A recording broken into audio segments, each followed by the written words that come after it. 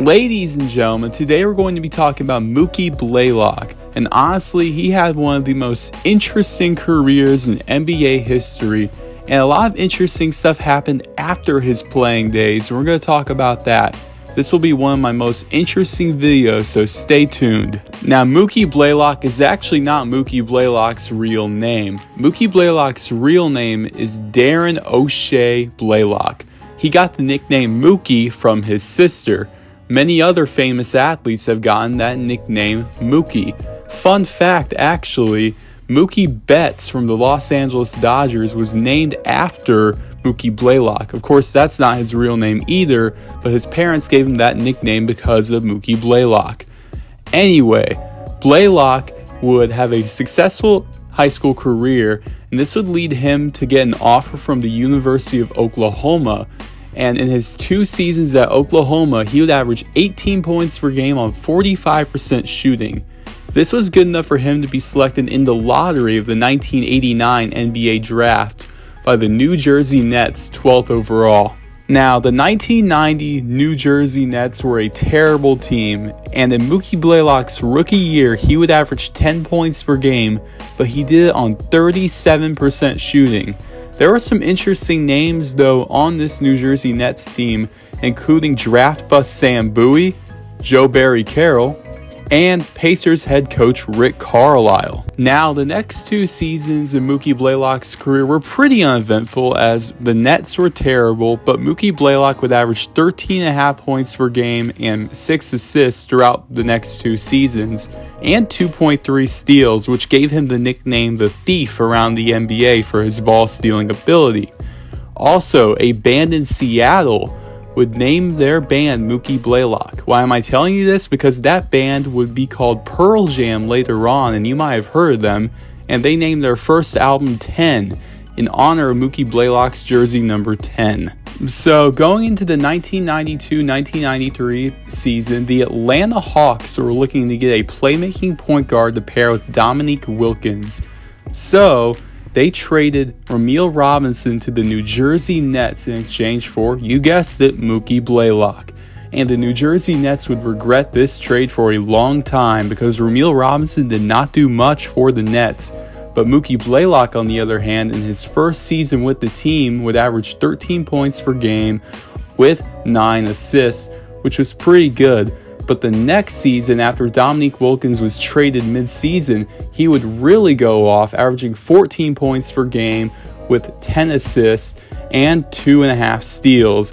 And this would get him his first career All-Star selection. Now, with the Dominique Wilkins off the team in the 1994-1995 season, the keys to the team were basically handed to Blaylock, and his scoring responsibilities are going to go way up, as he averaged 17 points per game with 7 assists. But it wouldn't really stay this way, though, because that trade deadline, they would trade for Steve Smith. The next trade deadline, they would go out and get Christian Laettner. They were kind of middle of the pack, but they were looking to make moves to become a big contender. Now, going into the 1996-1997 season, the Atlanta Hawks would make a big splash in free agency by bringing in Dikembe Mutombo. And this move would really make the Hawks a contender, as that season Blaylock would lead the league in steals, averaging 2.7 per game with 17 points per game.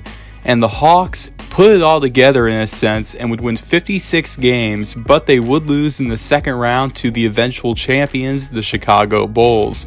The next season they would win 50 games, but they would lose to the Charlotte Hornets in the first round. Now, the Atlanta Hawks would completely fall off the next season, as they would only win 31 games, but they would still win in the first round of the playoffs, defeating the Detroit Pistons.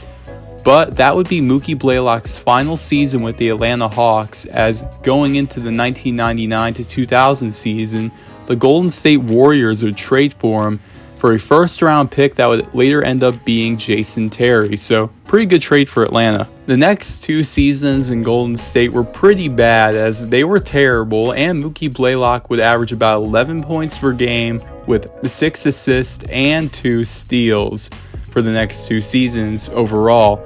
And in his final season with Golden State, his third season, his minutes were cut in half, and he was more of a mentor for another young guard who I've made a video about before that you could check out, Gilbert Arenas.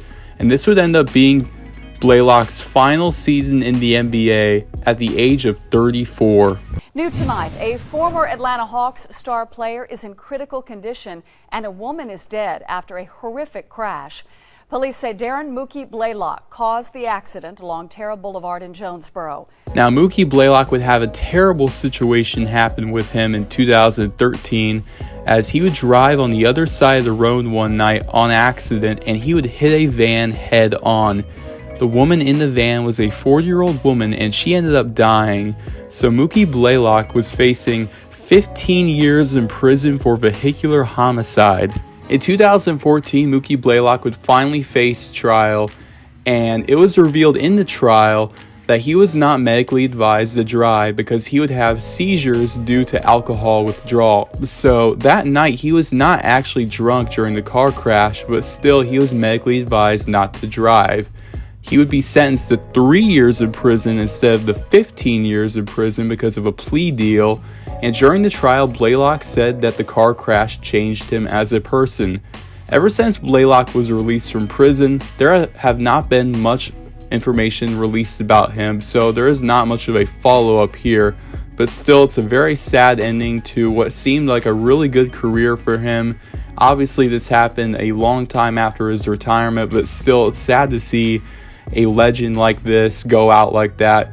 So I wonder what's going on with him. Not many people know. I tried looking, tried researching, and I can't find anything of what he's been up to ever since he's been out of prison.